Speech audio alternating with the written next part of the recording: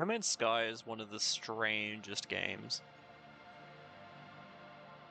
Games industry as a whole has realized that the service model of creating subpar games and then, dropping them to be patched into existence later was quite profitable with things like, Destiny 1 coming out and realistically not a complete package and then slowly getting reconstructed later. And, Concord. No Man's Sky was quite the exception to that.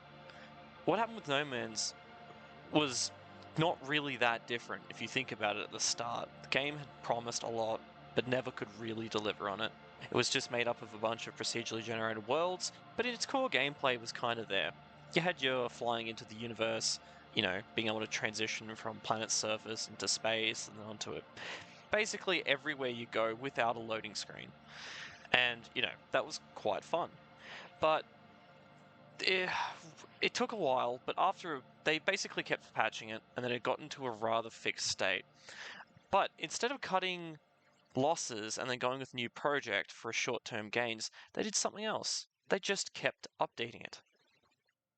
First major update to get it into more of a state where, it's kind of an actual game, was No Man's Sky Next. And this update added, full multiplayer experience.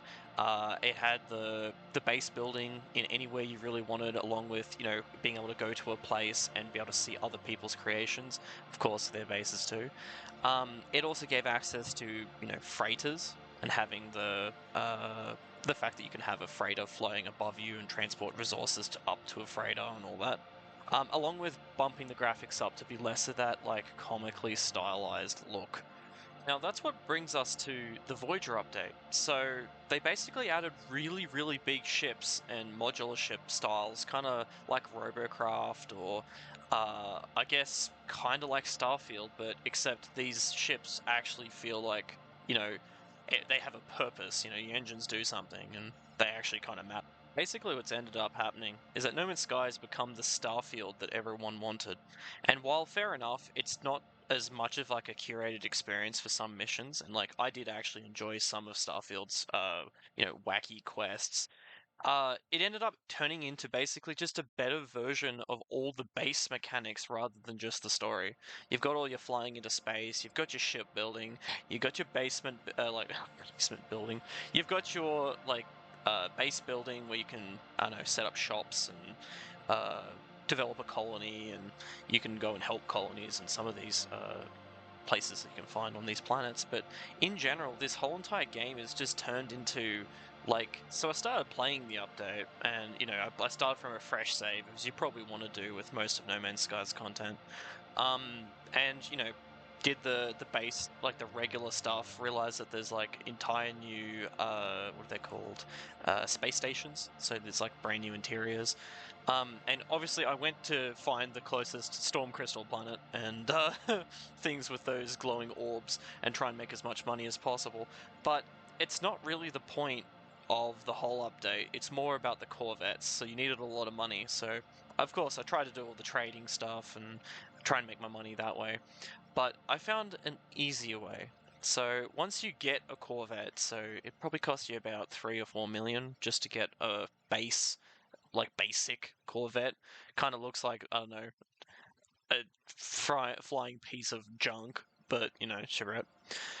You basically just go to a planet that has salvageable modules, which gives you pieces of Corvette if you go and mine them up and then shoot them.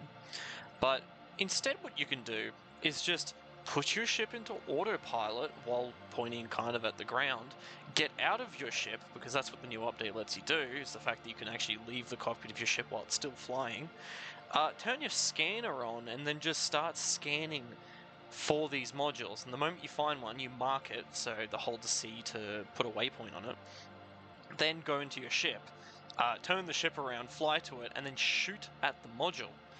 So the guns in this game have splash damage, and this splash damage is roughly deep enough that it can hit the salvage module from underground. Which means that you can kind of cheat and just get hundreds of random bloody modules that you can later combine into other ones. And that's why I made this horrific nightmare. Well, I'm sure that the new game that Hello Games is working on probably won't affect No Man's Sky too much. Hopefully, it doesn't spread their team a little bit too thin. I'm still looking forward to, what sort of things that No Man's Sky will develop into. I really think that as much as this game is made to be like the sky's the limit, there really is not much of a limit to this game. It truly is just something that might be worked on for another 10 or so years and just become the Starfield that we all really wanted. If you enjoyed my ramblings, drop us a like and a sub, and I'll be back next week.